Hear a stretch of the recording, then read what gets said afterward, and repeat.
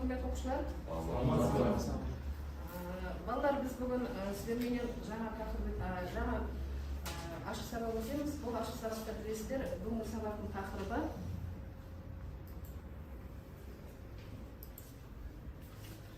Қазақстан қала мәдениетін дамытудағы Ұлы Жібек жолының рөлі.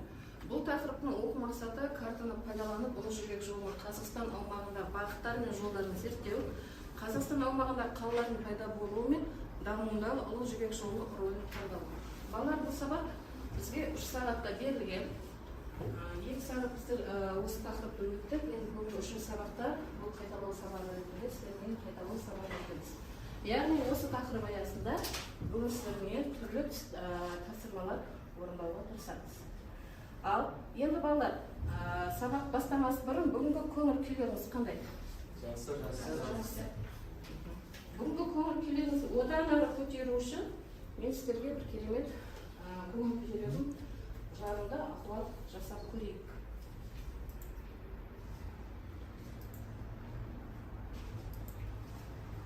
Яғни мотивация деп айтамыз. Еш уақытта қателік жасаудан қорықпаңыздар. Яғни әрбір қателіктен сіздер болашақта сол қателікті дұрыстай отырып, келешегіңізді жаңағы қателіктеріңізді дұрыстайсыздар. Енді сіздерге бүгін ұбт-да Құдай қаласа көктемде жаңа ұбт тапсыруға барасыздар. Барлықтарыңызға грант иегері болуға тілектеспіз. Сол ұбт-да жақсы балл жинау үшін бүгін сіздерге 140 балдан керемет 140 балдан шашу жасаймыз. Барлықтарыңыз бір-бірін қосып алыңыздар 140 балдан. Құдай қаласа біздің мектептің түлектері барлықтар 140 балдан алып, біздің министрден жаңа 140 балл алған бала керемет марапат сыйын алып, той болады өткен мектебімізде. Енді бұл 140 балда сіздерге әдемі тілектер жазылған, бүгінгі күнге арналған тілектер. Жалпы ұбт-ға дайындық кезінде де сіздерге көмектесетін әдемі тілектер. Ал осы тілектерді оқи берейік. Үйімді сізден бастайық. Сізге қандай тілек түскен екен? Өз-өзімен бол деген тексті. Оқи беріңіз, ары қарай тұрайық.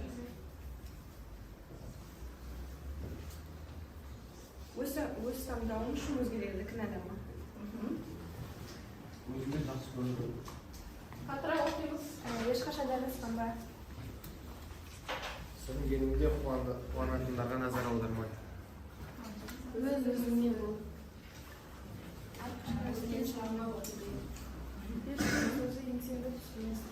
Дара жолы иесі екеніңді ұмытпа. Барлықтар жұтам. Өз шешімің үшін өзгелерді кінәлама. Ешқашан дараспанба. Ең бастысы өзіңді өзгерту. Басқаларға малға тырысқа. Ешкімнің сөзі сенде түсірмес. Дара жолы иесі екеніңді ұмытпа. Өткен сағыңды өтінме. Ешкімге ешқашан өтінме. Өз-өзіңді жетпеуді. Өткен сағыңа өтінме. Өзгенің өмірін сөкпе. Бақытты өмір кепілі өзің.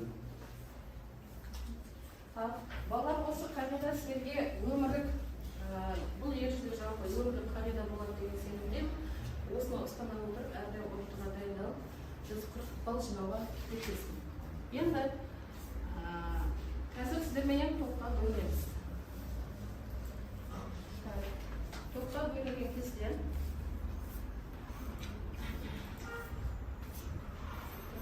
сізден аты жөндеріңіз жазып қойдық. Енді осы жерде рандомна әрқайсыңыз қай жаққа түсесіздер. 4 топқа бөлдік. Енді қараңыздар.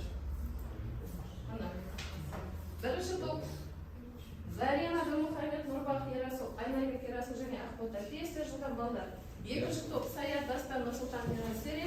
Үшінші топ Дәулет Бекеман Нұрай Сарбинас. Төртінші топ Ерасбеков, Раздол, Тимош. Жылдан балдар. Ақтал Майыр.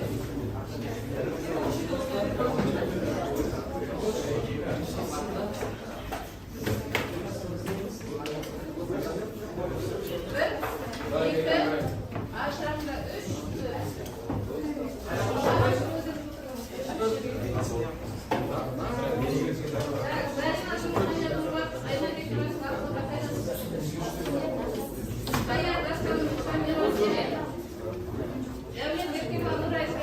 Senin var. Tamamlar. Diğer İlmi Nurasıl Timur. Olma.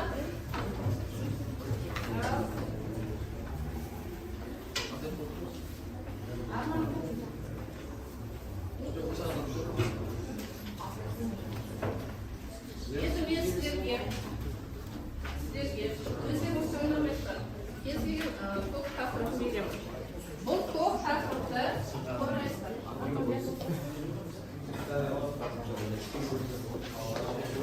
Ал енді қараңыздар. Әр топта бір топ басшысы сайланады. Топ басшы топтың ережесін сақтайды, топ басшы топтың тәртібін қадағалайды. Міндетті түрде түсінікті? Тәртіпті сақтаймыз.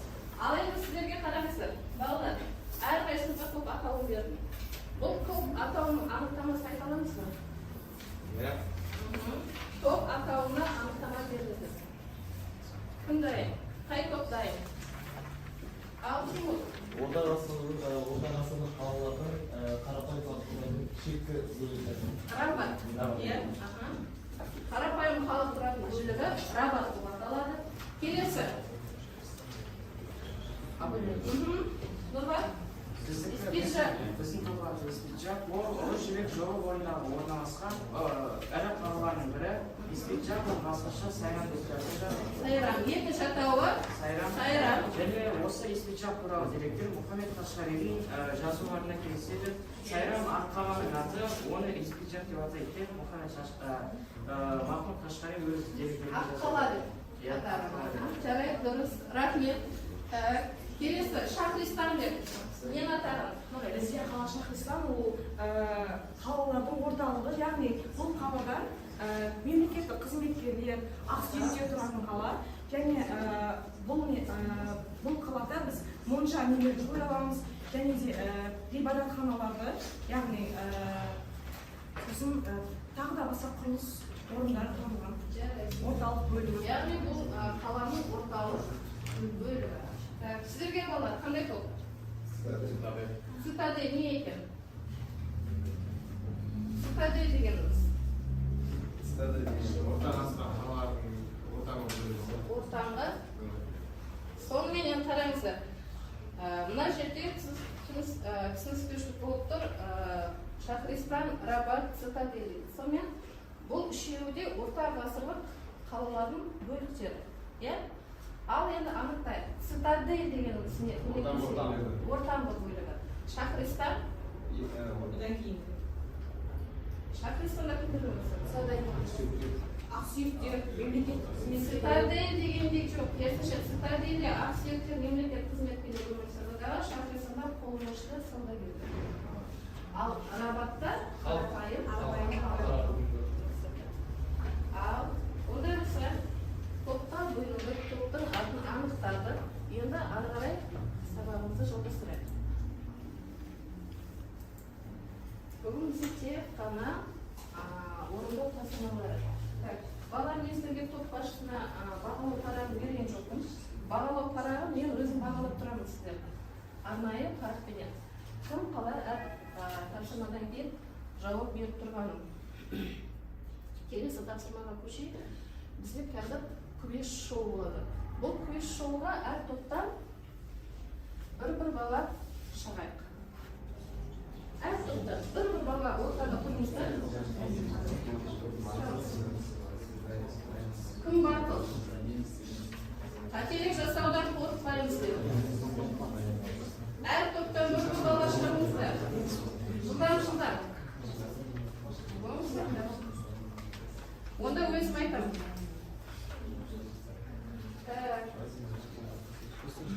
Зарина.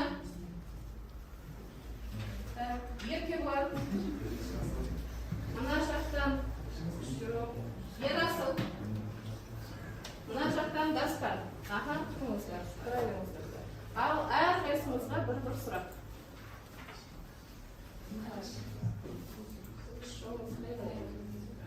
Ал Шахристанның мүшесі кім?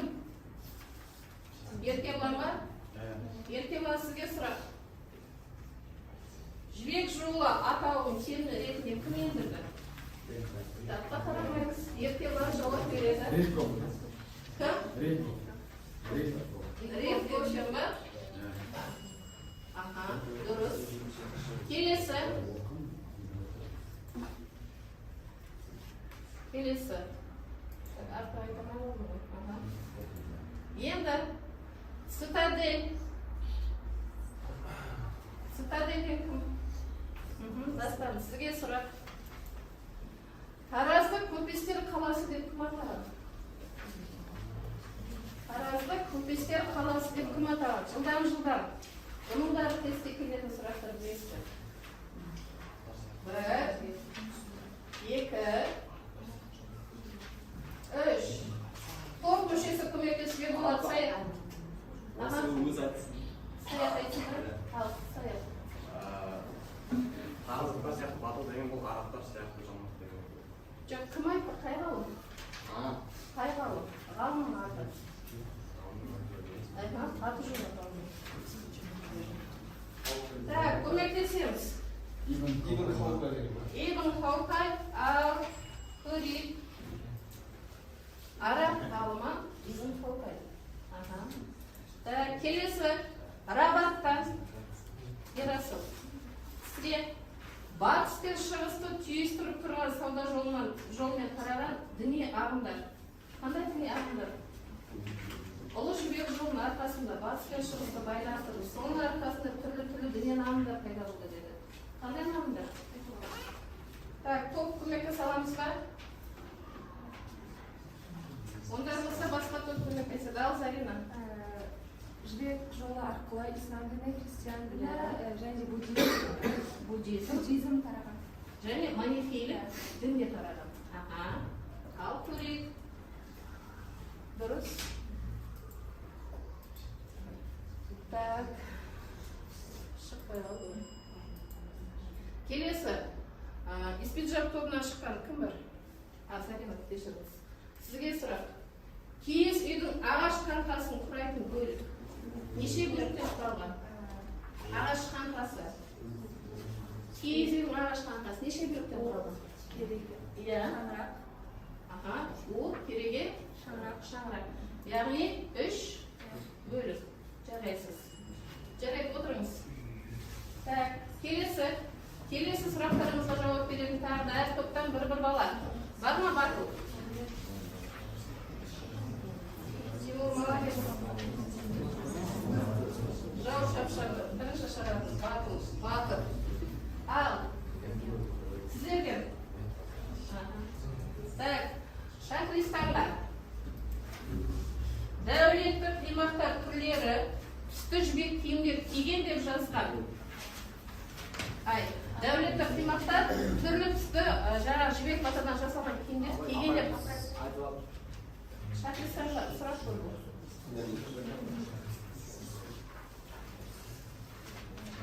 Бардайлы. Топ көмектесеміз. Топта жоқ болса, басқа топ. Ал Зере. Аль-Идриси кім? Географ. Дұрыс. Келесі. Цитадельге. Транзиттік сауда орталығы болған қалалар. Транзиттік сауда орталығы болған қалалар. Цитадель.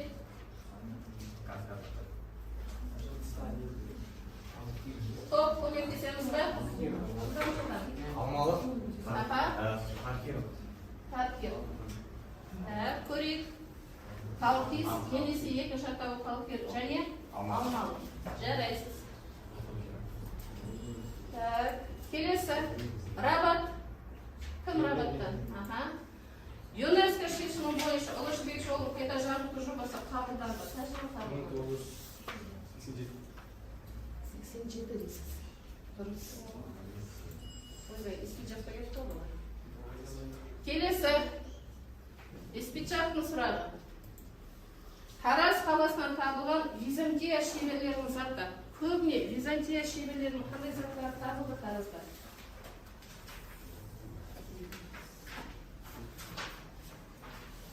Дінмұхаммед, топ.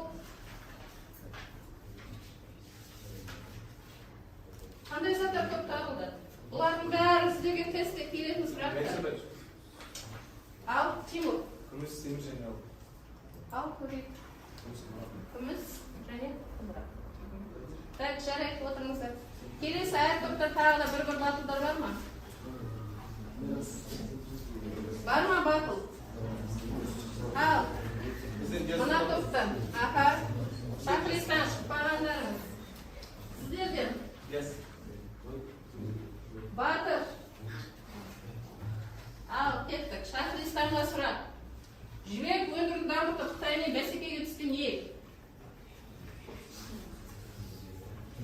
Қытаймен бәсекеге түскен ел. Топ көмектесе аламыз ба? Бір, екі, үш. Үндістан, Иран, Византия. Тағы кім айтады? Ал, кет, жауапты көрейік. Соғды, елі. Келесі. Цитадельге сұрақ. Ұлы жібек жолының орталық Қазақстанға шығатын тармағы. Жетісу. Оңтүстік Қазақстан дейміз. Сығанақ, Ақсүмбе салалары. Дұрысымен жауап бердік па? Келесі. Рабат пакетті сұрақ. Жібек жолының солтүстік шығыс Қазақстан бағытындағы бекіністер. Қандай бекіністер салынды? Өзі де балы жоғары өте сұрақтан жүргізді. Сығанақ, Жетісу дейсіздер. Қапал? Қапал осы кезде салынды ма? Алып кетті, жауап тексереміз. Айнабұлақ? Хансау. Келесі, Еспеджаққа сұрақ. Жатақ сөзінің мағынасы. Жатақ сөзінің мағынасы. Не мағына береді? Нұрбақ.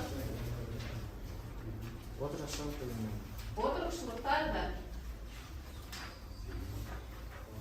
Бар ма көмектесетіндер? Бар ма білетіндер? Нұрай. Кімге жатаққа айналған?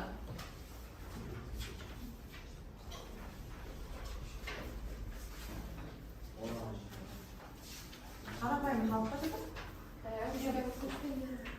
Көшпенділердің кімдері? Көбейсілер. Жарайды. Жатақта малы жоқ, көшіп қонуға көлігі жоқ, егіншілікпен айналысатын кедейленген адамдар жатақ. Так, жарайсыздар. Келесі. Көзжіздік сұрақтарға кім бар? Молодец. Даяна, жайлы батыр. Кім бар?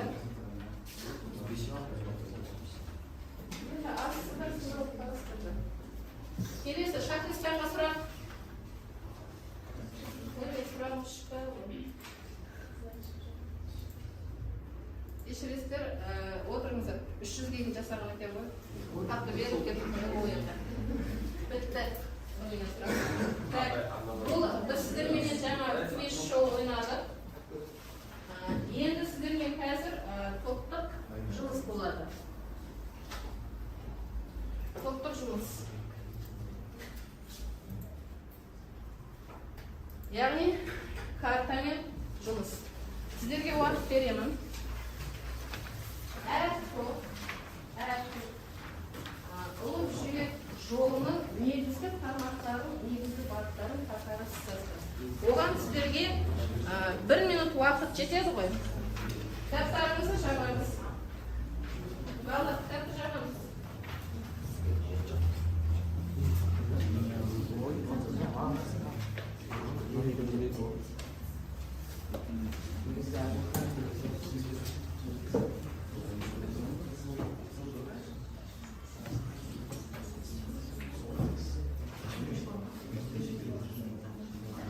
Уақыт кетті. Ұлы жібек жолының негізгі тармақтары. Негізгі бағыттары.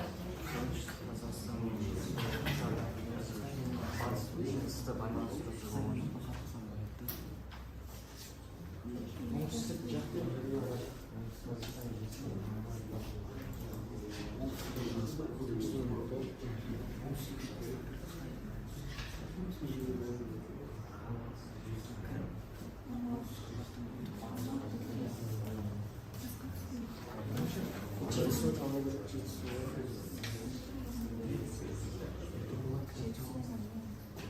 жетісу бар.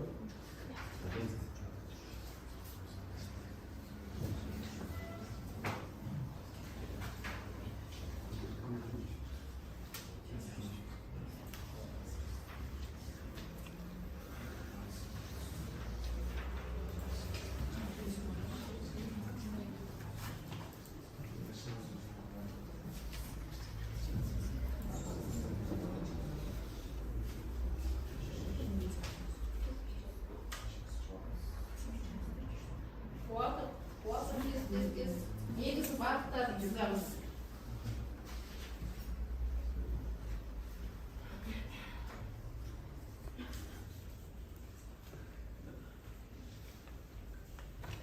Болды ба? Болды, аяқтаймыз.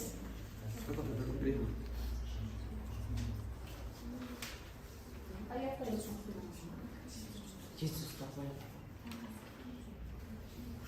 Параққа топтарыңыздың атын тез жазыңыздар.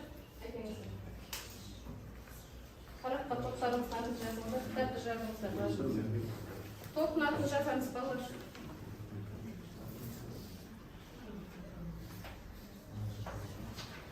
Жазып па топтың атын айтыңыздар.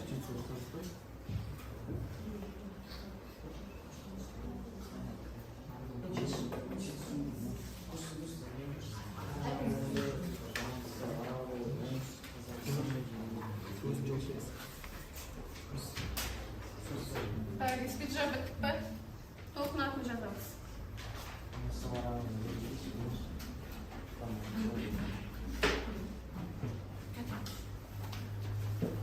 Evet, İspitçe bitti. Evet, sizden de yedik. Sizlerge шақырсаң сіздерге бақытты. Ал енді осы бағыттарды қазір айтып шығасыздар, қорғайсыздар. Қорғауға дайындыққа бір минут уақыт. Әр топтан бір адам шығып, қорғап шығасыздар. Бір минут уақыт. Дайындыққа.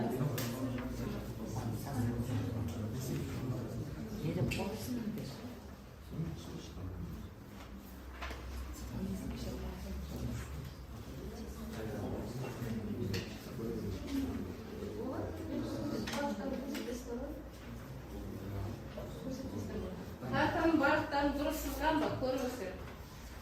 Және өздеріңіз қазір көрсетесіздер.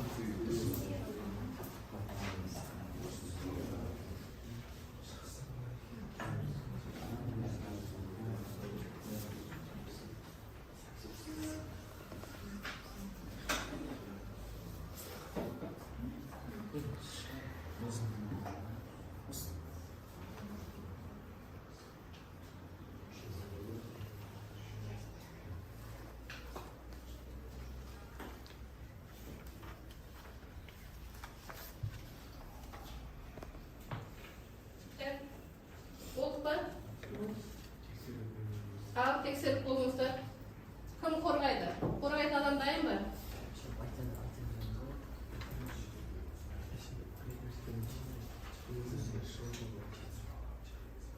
Келіңіздер. Әр топта бір қорғайтын адам. Топ басшылары. Топта кім жауап беріп отыр, кім жауап бермей жатыр. Қадағалап отырсыздар ғой, иә? Белсеніп қатыспай отырғандарды шығарыңыздар.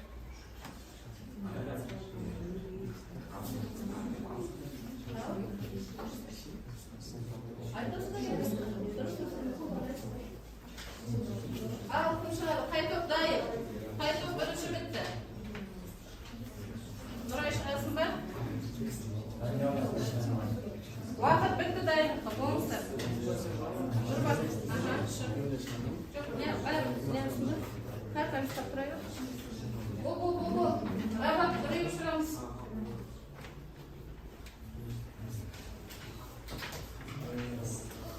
Сықайдай. Кім шығады? Шахрислам,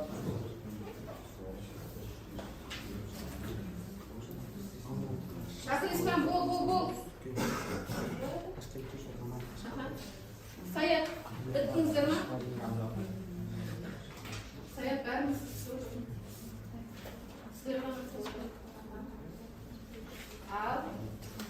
Ал, Нұрматтан бастаймыз. Нұрмат. Картаны дұрыс сызды ма екен бірінші?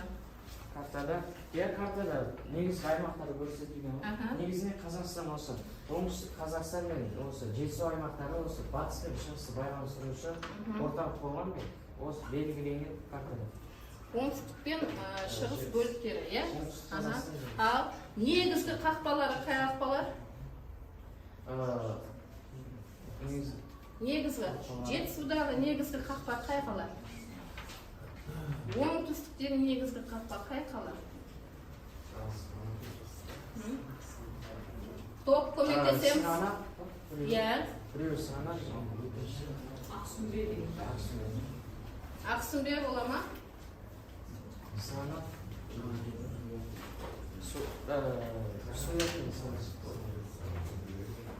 Сояп және Сығанақ деп тұрсыздар ма? Жетісу өлкесіндегі жібек жолының негізгі қақпасы қай қала?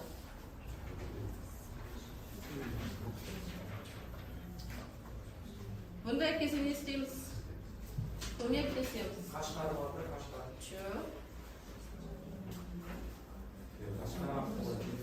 Сағанатек па? Ең негізгі қақпасы. Жетісу өлкесінің негізгі қақпасы. Қалай ойлайсыздар? Оңтүстік Қазақстандағы емес, Жетісу өлкесіндегі негізгі қақпа. Жоқ, қала атауы. Еспеджап. Көпті дұрыс па? негізгі Алмалы, Қашқар. Барлықтарын көрсетті, иә? Жарайды, рахмет. Келесі ал. Кім қорғайды? Нұрай ма? Келіңіз. Бағыттарын дұрыс көрсеткен ме екен? Әкеліңіз. негізі бағыттары неде көрсетілмеген картада. Негізі ұлы жібек жолы батыс пен шығысы байланыстырады. Және батыстан келетін, яғни Қытайдан келетін негізгі қақпаларды сызбаған. Яғни ол Шаш қаласы, біздің қазіргі Ташкент, және Шаш қазіргі Ташкент, иә? және негізі ұлы жібек жолы біздің Қазақстанға кірген кезде ол орталық Қазақстан, шығыс Қазақстанға, солтүстік Қазақстанға барлық несіне Тармақталып бөлінеді, иә? бөлінген. Бірақ картадасыз ба? Еспеджап көрсетпеген ба? Иә. Жарайды. Так, келесі.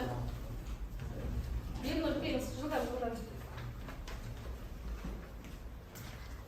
Жалпы бұл картада бағыттар дұрыс көрсетілген. Ең басты бағытта көрсетілген ол Іле өзені бойымен Алмалыққа, Қашқарға шығатын жол көрсеткен. Және керуен жолдары қай жерде тоқтайтындарын көрсеткен. Ол орта ғасырлық қалалар Ақтам, Айнабұлақ, Тараз, Көктал, Ілебұлақ. Яғни Жетісу арқылы, Қашқар арқылы шығысқа қарай бағытталғанды көрсеткен дұрыс, иә? Оңтүстік арқылы батысқа қарай кететінде бағыттарын көрсеткен дұрыс. Молодец, шақырыстар. Жарайсыздар. Сіздер қайтып кетті? Сытады бағыттарын дұрыс көрсетті ма? Бұл жерде сауда жолдарын дұрыс көрсетілген, ұлы жібек жолын дұрыс болған және қалалардан қалай өтетіні дұрыс белгіленген. Бұл жерде Жетісу өңірінен шығысқа қарай шығатын, ал оңтүстіктен батысқа қарай шығатыны дұрыс көрсетілген. Жетісу өңірінен шығысқа қарай қай қаланы алған? Көрінбейді ме? Айнабұлақ, сосын Сүмбе. Ақсүмбені. Сүмбе қаласын. Дұрыс. Жарайды. Яғни карта арқылы біз ұлы жібек жолының негізгі тармақтарын білдіңіздер, иә? Кем-кетіктеріңізді кейін дұрыстайсыздар картаны алып. Ал карта бойынша жұмыс бітсе, келесі мәтіндік тесттерге көшеміз.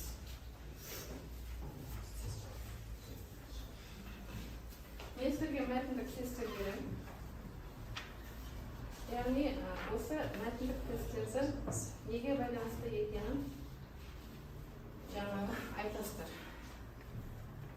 Әр топта бір мәтіннен оқимын.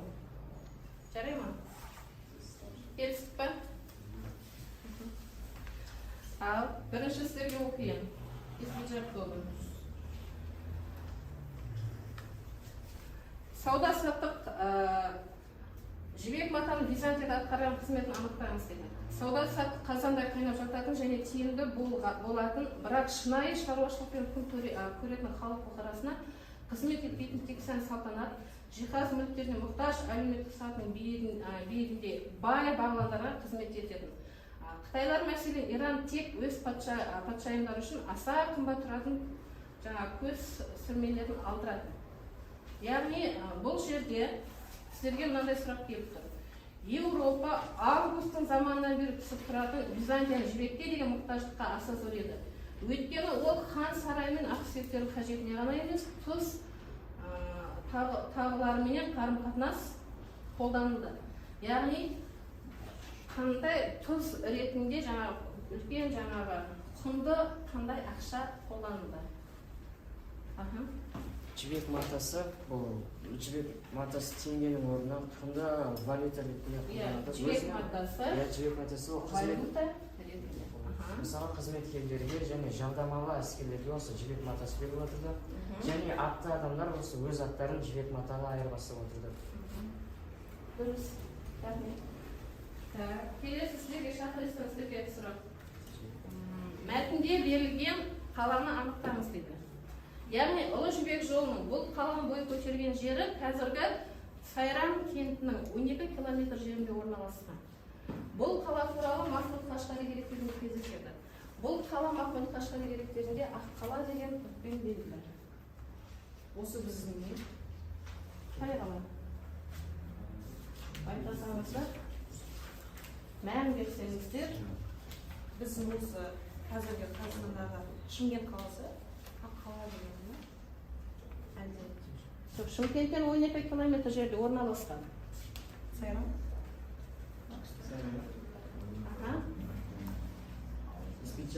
Испиджаб деп аталған. Мына топ бағана айтты ғой, қорғады ғой сіздер. Мәлімет тыңдамадыңыздар ма? Келесі сіздерге мәтіндік сұрақ. Қала туралы. Ақтөбе орта ғасырлық ірі ескерткіштердің бірі. Қала орны 70 шаршы километр алып жатыр. Ақсыл, Қарабалта өзендеріне шұға құятын Тасөткел сағасында орналасқан. Сансыз төмпешік ескі қоныстар 1980 жылы ұшақтан суретке түсірілген.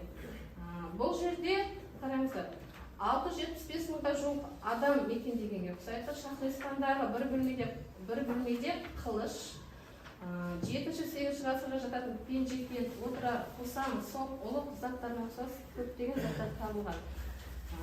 Бұл Қара Қытай орталығы болған қала. Қай қала туралы сұрақ тұр? Жоқ, Қара Қытай орталығы болған деп тұр. Қара Қытай мемлекетінің астанасы болған.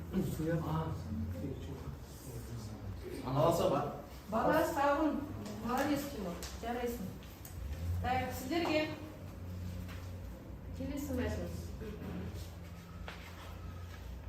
Археологиялық зерттеулерге қарағанда дейді, Жетісуде орналасқан қала.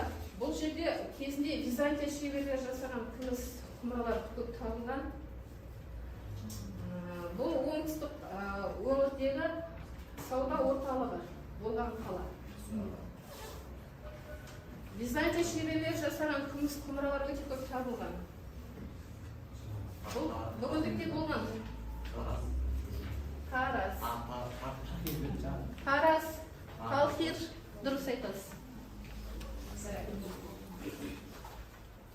Енді бұл мәтіндік сұрақтар, тестте кездесетін мәтіндік сұрақтар өте көп, бірақ сіздерге дәл осы тақырыпқа лайық бір сұрақтан ғана алғын, басқа мәтіндік сұрақтарды кейін сабақтарда алда жатамыз.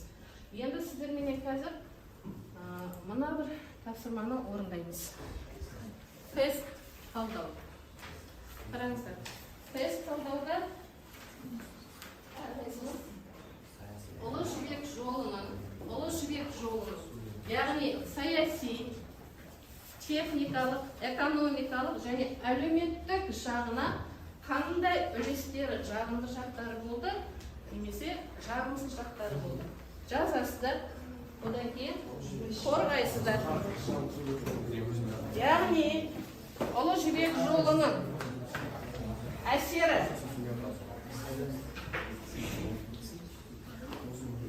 оны жазуға, қорғауға сіздерге 3 минут уақыт жетеді ғой? Жете ма? Политикалық, яғни саяси, техниканың дамуына қандай үлесі болды, экономиканың дамуына қандай үлесі болды, және әлеуметтік жағдайға қандай үлесі болды.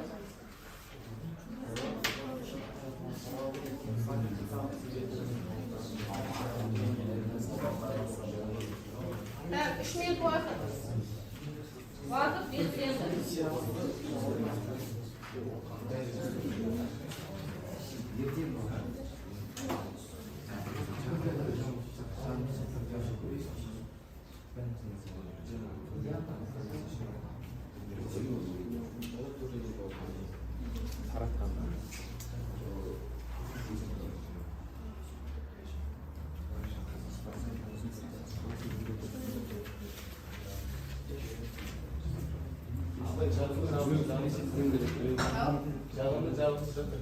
Иә, қайсының көптен қалақты бәріміз.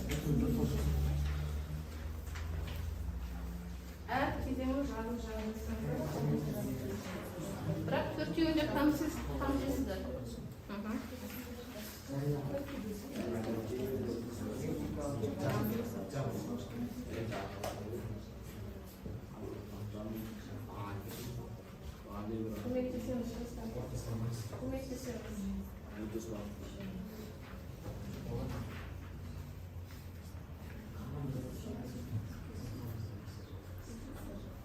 Уақыт белгіленіп қойды.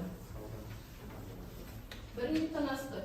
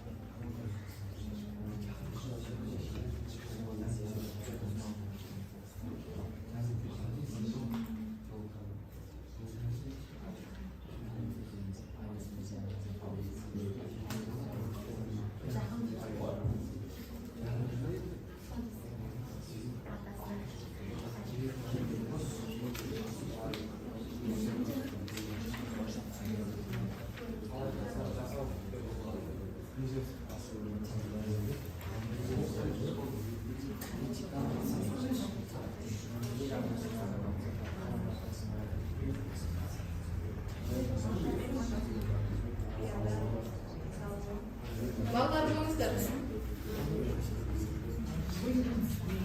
Шудан өтеміз.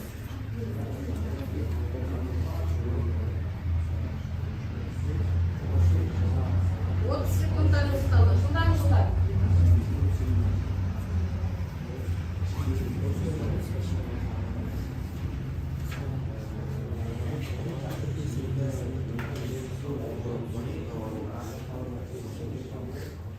Секундтарымыз қалды.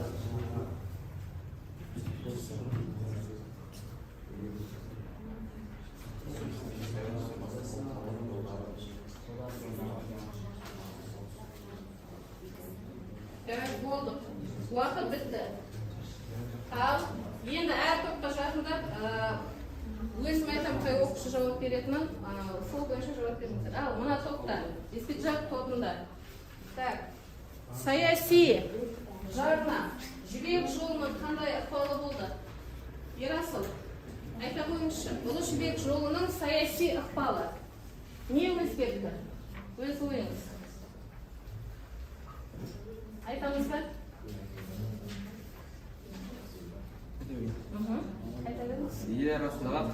нығайды және де Ұлы Жібек жолы арқылы екі ел арақатынастары сауда арқылы дамиды. Иә. Ел арасында, мемлекеттер арасында дипломатиялық қарым-қатынас нығайды, иә? Дұрыс, жарайсыз. Так, Шахристаннан, Еркебұлан, сіз маған мынаны айтыңызшы.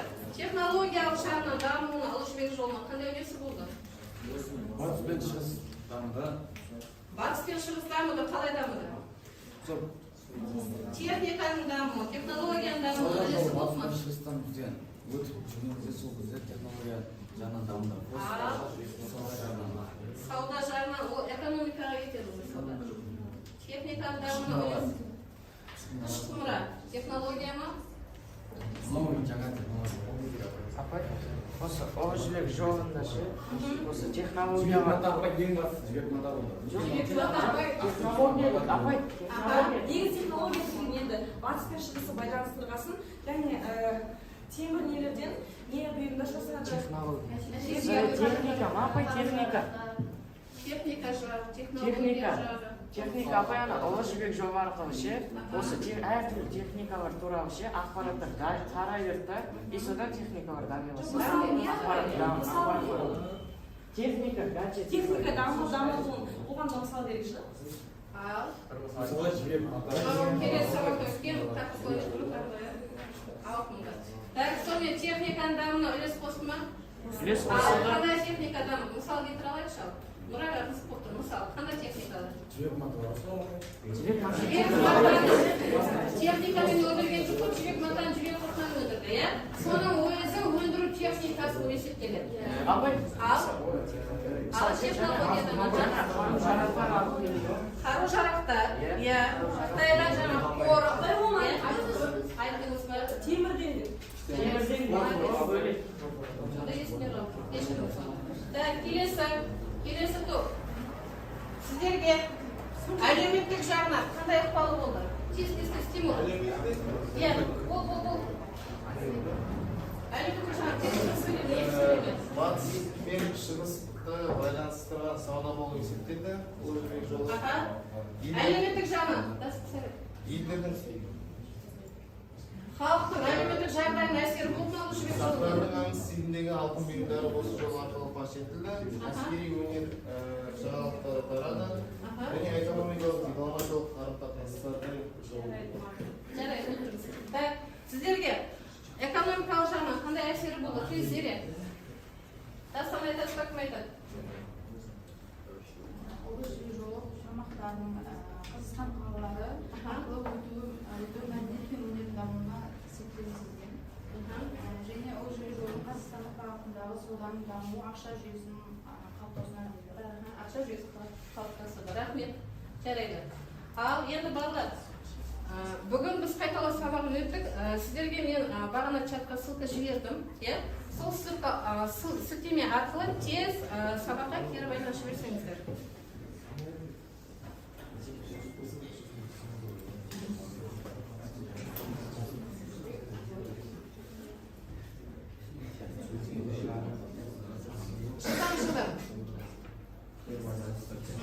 Кері байланысып жібереміз. Яғни бүгінгі сабақ сіздерге қандай болды? Ұнады ма? Ұнамаған жері болса, ұнамаған жерді айтыңыздар. Ол кері байланыстарың сізге өте қажет. Ал енді бүгінгі бағалау парағына келетін болсақ, бүгін өте жақсы қатысты, мына топтан Нұрбақ қатысты, Истинжақтан Бота, белсенді қатысты, Зарина да жауап беріп отырды. Келесі Шахристаннан Нұрай өте жақсы жауап беріп отырды. Мына жақтан Тимур, Бибнұр белсенді болды. Ал енді бағалау парағына кейін күнделікті сіздерге баға қоямын. Ал енді үйге тапсырма осы тақырыпты қайталау. Қош, сау болыңыздар. Сау болыңыздар.